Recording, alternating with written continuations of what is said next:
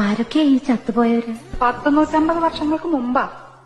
അന്ന് ഇവിടെ മൂപ്പ് ഭരിച്ചിരുന്ന പ്രതാപശാലിയായ ഒരു കാർന്നവരുണ്ടായിരുന്നു.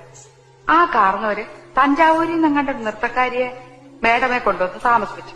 നാഗവല്ലി എന്നായിരുന്നു ആ തമിഴത്തിയുടെ പേര്. തമിഴത്തി വേറൊരാളുമായിട്ട് സ്നേഹത്തിലായിരുന്നു. രാമനാഥന്റെ പേരുള്ള ഒരു നൃത്തക്കാരനുമായിട്ട്. എന്തിനു പറയുന്നു, കാർന്നവരെങ്ങനെയോ ഈ രഹസ്യങ്ങളൊക്കെ അറിഞ്ഞു. അന്ന് അർദ്ധരാത്രി നാഗവല്ലിയെ കാർന്നവര് നമ്മുടെ തെറ്റിനിട്ട് വെട്ടിക്കൊന്നുകളഞ്ഞു.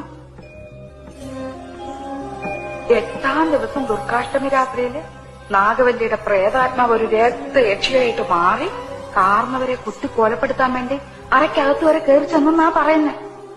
കാർന്നവരെന്തൊക്കെയോ ഭയങ്കര മന്ത്രമൊക്കെ ചൊല്ലി ഒടുവിൽ രക്ഷപ്പെട്ടു. അതിൽ പിന്നെ നാഗവല്ലിയുടെ പ്രേതാത്മാവ് തീരാപ്പകയോടെ ഈ തറവാട്ടിലൊക്കെ അലഞ്ഞിറക്കാൻ തുടങ്ങി.